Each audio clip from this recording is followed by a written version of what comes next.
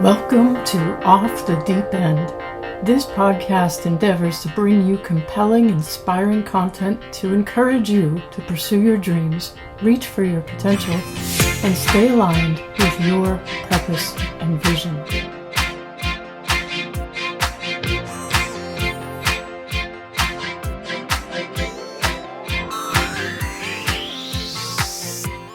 Well, welcome back, everybody, to another episode of Off the Deep End.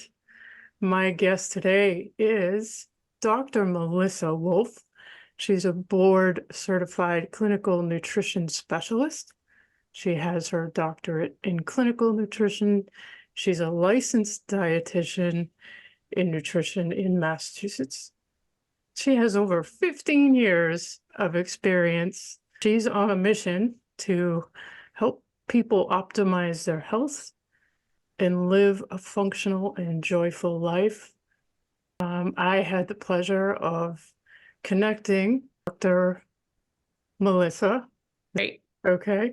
I had the pleasure of connecting with her just last week, and we connected right away on passion for health and wellness, among other things. That was the primary thing.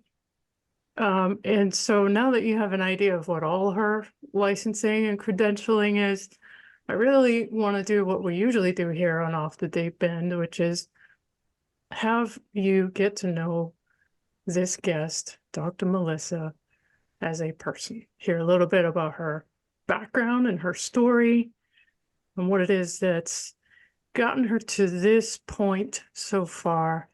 And by the way, she is the founder of My Joyful Wellness, which I so love the name of that. We'll get into that a little bit later, but once again, welcome back, Dr. Melissa. Thanks so much for joining me today. Thank you so much. Yeah, my pleasure. So if you would, just give my audience the opportunity to get to know you a little bit, like your background, your family life, whatever it is you want to share. Sure. So, as she said, I am a doctor of clinical nutrition, and but first, I am a wife of 21 years. I am a mother of 8 children, and they age from 20 years old all the way down to 19 years old. And they are why I do what I do. They are my driving force.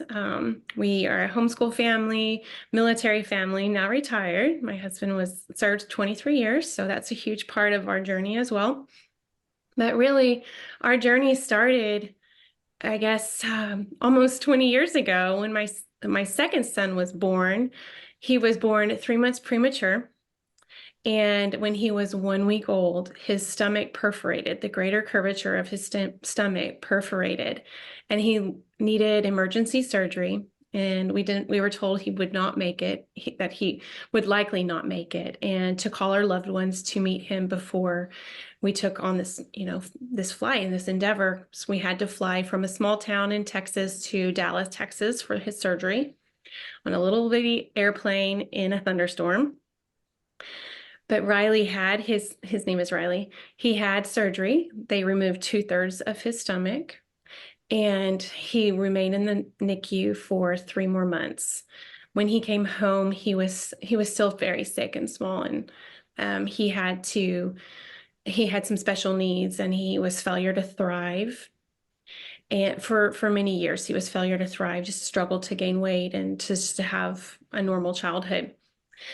Well, if you fast forward a little bit, we added more children to our family, and several more of our kids were having some health issues, not to any extent like Riley was, but enough that we had 11 different specialists and a list of diagnoses, including epilepsy, autism, intestinal permeability, asthma. It was a really hard time for our family, and I got down on my knees and I cried out to God, and I said, there has to be some sort of connection here. There has to be like something I'm missing, something I can do, with all of these specialists. It felt like nobody was really communicating the way I envisioned it to happen. And we really just didn't see a lot of improvements in their health. And then one day God just put on my heart, I equipped you to heal. Like, your body is equipped to heal. When you give your body the right tools and the environment to heal, your body can heal. And of course, Riley having his history of a perforated stomach and having in my family a history of GI conditions, we thought, let's focus on the gut. There's a connection between the gut and your brain, and let's just see what happens. So we started focusing on removing all the toxins that we could have control over in our home and in our food, especially in our food. We reduced things, and I would say we really didn't have a bad lifestyle or diet. It was just our cups were full and couldn't sustain these extra burdens. So we removed as many toxins as we could as we learned them. And before we knew it, their health was just rapidly changing in a positive direction. And before we knew it, just I guess another year later, we had got orders to Japan and we needed to get medical clearance, and we had to go back to all the specialists, and they were cleared of all their diagnoses, and we were able to go to Japan. And today, my 2-pound son is now 6'2" and thriving, and he is a joyful part of our life. And it's just amazing. And having had that experience, I was just so eager to share with other people, how we are designed to heal and how to have, joyful wellness in your family, abundance in that. Yeah. So that's really, really where I got started with all of this. Wow, that's awesome. So all your kids are healthy and thriving, and They you are. apparently are healthy and thriving. It's fantastic. Thank you. Congratulations. That's quite an accomplishment. Just changing that mindset first of, wait a minute, there's something else I can do here. There has to be. Yes. And I know you and I share that as well, that sort of sense of desperation taking you to a place of creativity. And of course, crying out to the Creator who gives us our creativity. And I've had a couple other guests that it's the same thing. It's like that's what drove them to make the lifestyle changes that they made. And that kind of segues into my next question is, I mentioned I love the name of your company, your practice, My Joyful Wellness. And I think part of the reason I love it so much is because I think, unfortunately, people tend to have a different connotation on the word wellness and health these days. And it's not always positive. It's often associated with things like restriction and dieting and cut back on this and stop that. And, like rigidity, really. And I know when I first finished with cancer treatment and everything, I was kind of, erring on that side of like, people saw me and they think, oh no, is it okay if I eat this or drink that? No, I'm not the food police. It's not about that for me. And I truly wasn't coming from a place of fear as much as I was inspiration. And tell us a little bit about how you came up with that name, My Joyful Wellness. Well, you explained that so well. My Joyful Wellness. I wanted to be able to communicate to people what it meant to be well, like so much joy and thriving. And I didn't want to have nutrition per se in my title because it's so much more than nutrition. Nutrition is a huge factor, but really, like you said, the mindset is a big deal. And, just finding joy in these things, having a shift in the healthy mindset, like what do I get to learn to cook today? Or just seeing it change your children's life, So when I came up with this name, I remember talking with my kids and my family, like, thinking about the title. And My Joyful Wellness was what we came up with, and it was kind of a temporary hold. I didn't know if this was what I was going to do forever, and then I kept it, and it just stuck. And um, we thought we just got my new LLC, and I thought, should we change the name? No, we're going to keep it. But I really feel like it was put on our heart to use that name, My Joyful Wellness.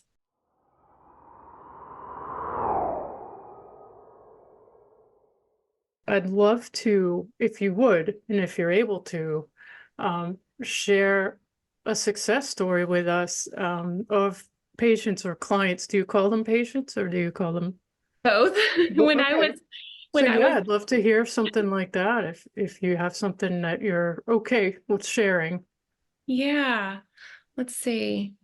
Well, of course, my greatest testimony is my son. But I'll share this one with you. So this patient was or is in her 60s. She was she's had Crohn's disease her entire life. She's struggled with challenging food situations her whole life, different, food cravings, just different things that made having Crohn's disease even more challenging with her, having a particular palate and her mindset around food may be a little challenging. Well, last year, I guess about a year and a half ago, she became very ill, and with her illness, and she ended up having an ileostomy put in, and through this, she really had to make some changes with her nutrition and her lifestyle, and she went from just barely being able to walk, to walking up and down the beach and enjoying her life, going for walks with her husband, just traveling the world again, or traveling the US again. Pretty incredible. But she is has learned different nutrition ways with her nutrition, and she doesn't feel like she's deprived. She enjoys her diet in her lifestyle, and she also was able to introduce some nutraceuticals, some different supplements, and her doctor, I've worked with her as well, but she's no longer on prescription medications. And my goal is not to say to people, I can help you get off your medications. It's more like I can help you reduce your dependency, but the prescribing physician has to be on top of this. So it was really neat to work with her and have her medical providers as well see, like, you don't need this anymore, and make a shift. And she's thriving now. So a year ago, she didn't think she was going to make it, but now she's thriving. I have other testimonies that aren't as dramatic, but are still so good. I have this new patient who came into the office last week, and she said, the 45 minutes that I sat with you, I feel like I learned more than I've learned for the 4 years that I have been seeing all of these specialists. And she felt so encouraged, and I'm really looking forward to working with her and just helping her to feel empowered to, be the advocate for her health. It's really exciting when people have that shift. So I love it. Yeah, absolutely. Thank you for sharing those stories. Those are amazing. I love true Yeah. stories, especially about people that come away empowered to turn their health around. And clearly you're an amazing instrument in these people's lives to help them be able to do that. So Thank you. what do you feel, having the background that you have and the education that you have, but mostly the life experience that you have, what would you say is the biggest gap between what we call conventional medicine, traditional healthcare model, versus a wellness lifestyle? What would you say is the biggest difference there? I think there's just a lot of there's a lack of education on what wellness means. We start to believe that we are not we cannot take charge of our own health, and we feel dependent upon, you know, traditional methods. And with in our country, with things being so quiet, and the health community being just more challenging or out of pocket, people feel kind of like trapped to have, you know, to go the conventional routes, and kind of lose that. So having some sort of connection where people have options, and these are true options that people can have, you know, in their healthcare, and even if it's, you know, with insurance, just having a way that these people who want to choose, you know, real food, want to choose, you know, something more natural before, you know, going to conventional ways, or just to reduce their dependency on medications. They just want to improve their lifestyle, but they just don't know how, because there's so much miscommunication out there. And with the increase in social media, there's a lot of like information out there, and it's becomes information overload, and you don't really know where to go with it. So people come to me a lot, and just like for guidance, and they're already aware that there's something more. They just so confused because there's so much, and I get it, because Yeah. it's very overwhelming. And so one step at a time. Yeah. Yeah, that's perfect. I agree. One of my famous sayings is something is better than nothing. And I say that in the context of a lot of things, but when it comes to health and wellness, you know, you have people, and I've talked to many of them. I just talked to one the other day, sweet person, lots of health issues. And they basically just said, I believe in natural healing. The problem is I take every opportunity to abuse myself. And so how much can that Mm, really help? And, you know, I didn't say it at the time, but my thought was, you know, every little step you take, and tell me how you feel about this, but every little step you take to empower yourself, to give your body what it does need, what it does require, quite frankly, versus something that it doesn't even recognize as anything, a food, a nutrient, anything. Every little step you take can begin to make a difference in your life at any age.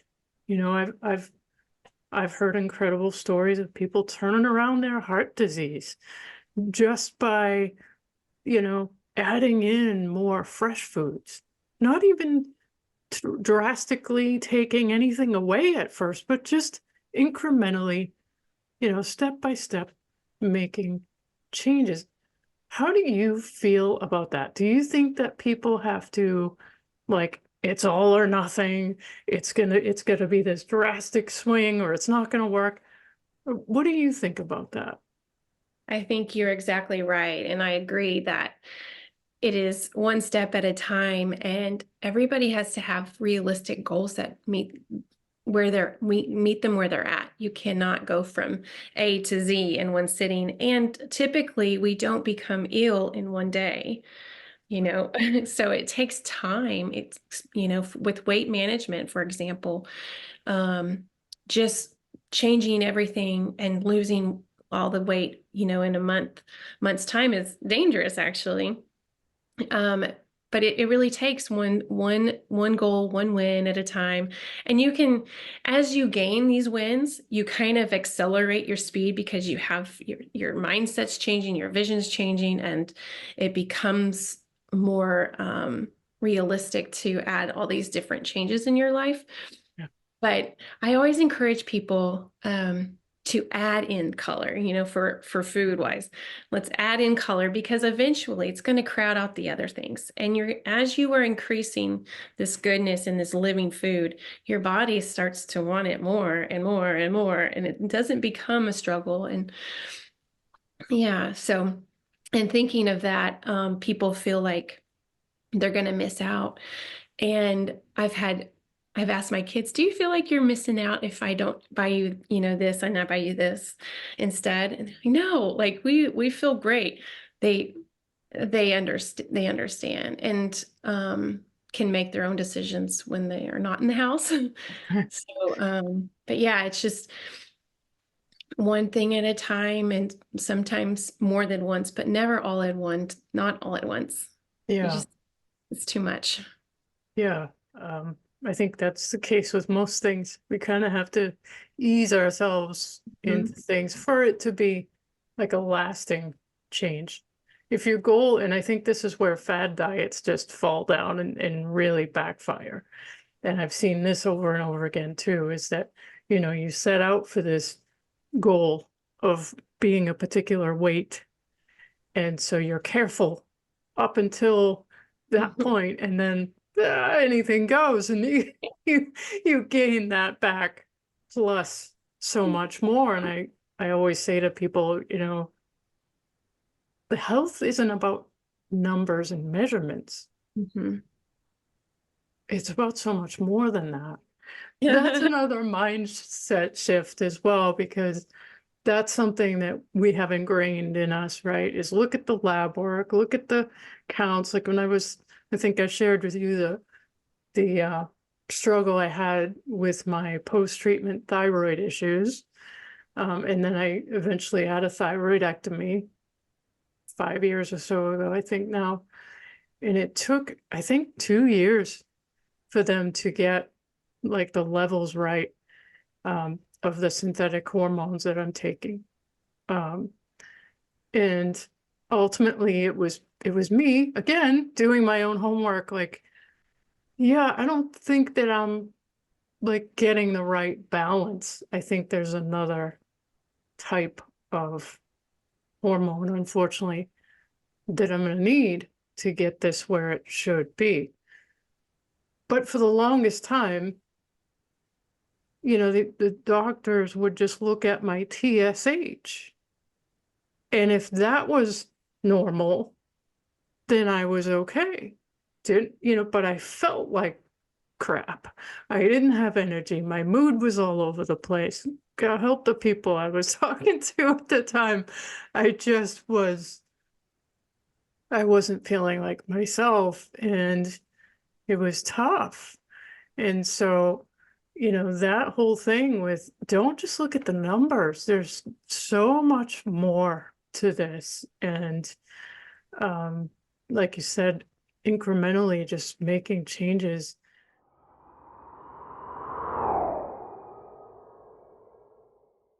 Dr. Melissa, what would you say to someone who is back and forth to their regular PCP or specialist even, or both, and they're just frustrated? They're not getting the answers. They're not getting the help. Um, they're curious about this like more natural health sort of path, but they just don't know where to begin, and they're not sure, how would I even tell my doctor this? Would he or she be open to it? What would you say to someone who's sort of at that crossroads or feeling that tension and frustration? I think I would try to help them understand that, typically in this situation, just like with the thyroid hormone, you can measure the thyroid hormones, the numbers can be normal, but if they're not getting in the cell and they're not being used, you're going to feel lousy and all of your labs are going to look normal. And this is so true today. I would encourage them to consider the thought that there's something more upstream happening. So this could be, a number of things, but I love to help people discover that. And when I work with people, we kind of like build a timeline of their life and when events happen and when, illnesses started or just major events like had a baby or got married or, anything like this. And we make a timeline and kind of show them like sometimes you can find the connection and where things began and find the root of the things and how like focusing on what's going on upstream is where it's at. Focusing on restoring the cell, healing at a cellular level so that your body can do what it needs to do. And it's amazing how when you have healing in your cells, how communication in your cells, nutrients start to be utilized correctly, your hormones start balancing, you start feeling better. Yeah. And it's not something that you can always find in a lab. There are functional labs, but these, this isn't always within means.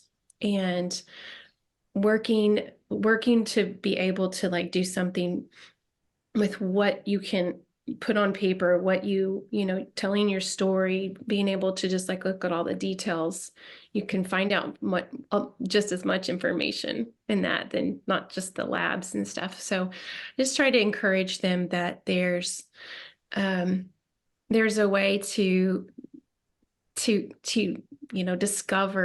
discover more, especially with the upstream of why you're sick in the first place. Yeah. Yeah. I mean, we definitely share that as well, that whole mind-body connection importance.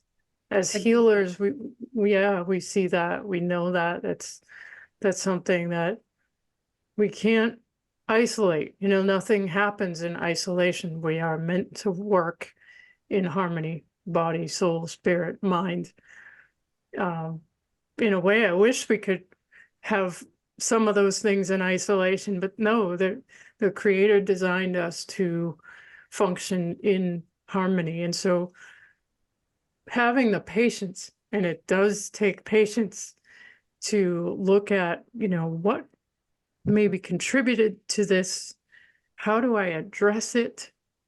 And the patience, the time that it takes in turning things around, because like you said, your sickness didn't happen overnight. Your lack of health did not happen overnight.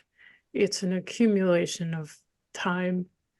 It's wear and tear on the body. It's deficiency. It's toxicity. It's all these things, and it happens over time. So you're not going to change things overnight.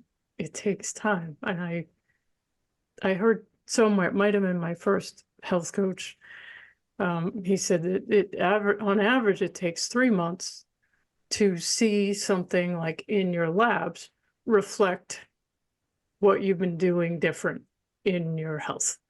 And I know for me, that was the case. It usually is. I talk to people. I talk to a lot of people, especially when I first, got through all the treatments and everything. So many people were just frustrated with, look, everything causes cancer. Everything's bad for me. What difference does it make if I do this, that, or the other thing at this point in my life, And yeah, what would you say to that? I've heard that. It's because it feels so overwhelming and everything seems to be a problem, can become a problem. And when it comes to like consuming the same food over and over again, even if it's really good food, it can become a problem because you might be missing something else. But I love to tell people the story about how when we are born like, just imagine a cup. And in that cup, is like our burden cup, I guess you could say, our filter. And when we're born, we already have some of our cup filled with toxins, just from, being born. It's passed down into us from our parents. And in our life, as we are, consuming this or that or the other thing, or just like the different environmental toxins that we're exposed to, it's just a little bit more poured into your cup, a little bit more, and you had you really don't have any symptoms that it's a problem or anything. And then all of a sudden that cup starts to overflow because your body can't keep up with eliminating it.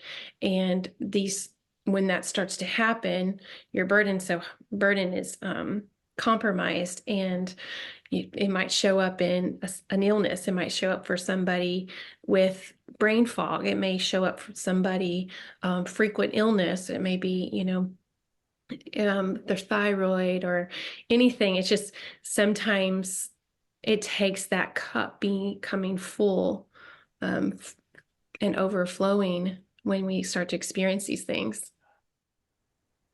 So, Dr. Melissa, what is the type of person that you most prefer to work with? I am so not biased. I do love, however, working with women and children. And I especially love working with those who are trying to conceive or those who are pregnant or on a breastfeeding journey, have small children, because there is nothing more motivated than a mama or somebody who desires to build a family and wants the best for their child. I mean, I'm a walking testimony of that. That's why I started this, because of my children. But I'm pretty drawn to families, especially women and children. But I like to work with everybody, have patients Yeah, of all ages. yeah, okay, great. And on a local level, you're right here in Massachusetts, so um, how are you doing in this area? Is your practice really thriving right now? It seems there's a lot of people more open-minded about these things. Yeah, Yeah, I'm getting more inquiries every day. I'm mostly word of mouth yeah, because I really like to build intimate relationships with my patients, so that you know I'm not spending a small amount of time with them, spending a lot of time with them. So I yeah. keep it on the smaller scale. But I would say I kind of had a soft start to my business a few years ago when I was getting my licensing, when I was doing all the certifications and everything. And then when I was in my doctorate program, I did a residency and research. And having had a soft start to this practice was where I was able to have my clients to work with and to write my case studies on. And then just a few weeks ago, I moved into an office space in Boxborough.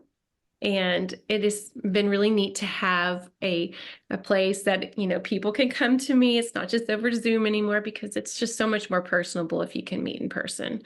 And I just have had m- better outcomes Yeah. with in person. There's just some more details that come up, and so it's pretty neat. And yeah, I would say word of mouth Yeah, has really gotten things moving.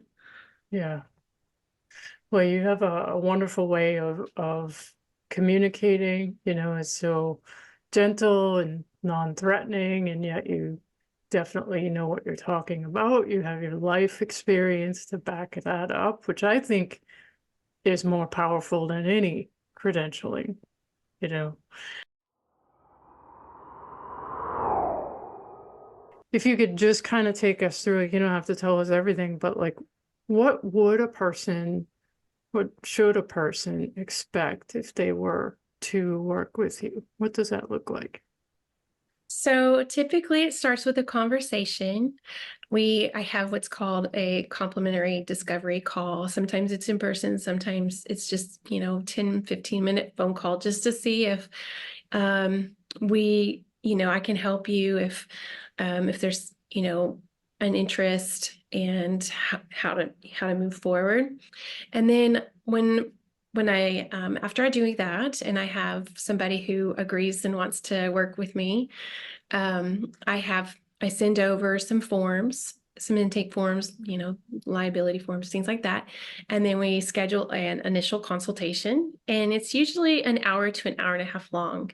And we just really dig into things, but it's fun. It's good conversation, and the goal is to leave feeling hopeful and um, excited, to move forward. And then I develop therapeutic plans and different modalities that we discuss. And usually we meet up every couple weeks for a while. I always encourage everyone to work with me for at least 4 months to just really get the most out of it, because it is a journey, and most people stay. Most people desire that. And when you choose to do a 4-month wellness plan, it's discounted. I want things to be affordable, you know. So that's kind of like an overview of Yeah, how the visits go. And these visits can be on the phone, in person, or virtual. And I prefer in person because it's better to put a face to, sure. Yeah, impossible. yeah.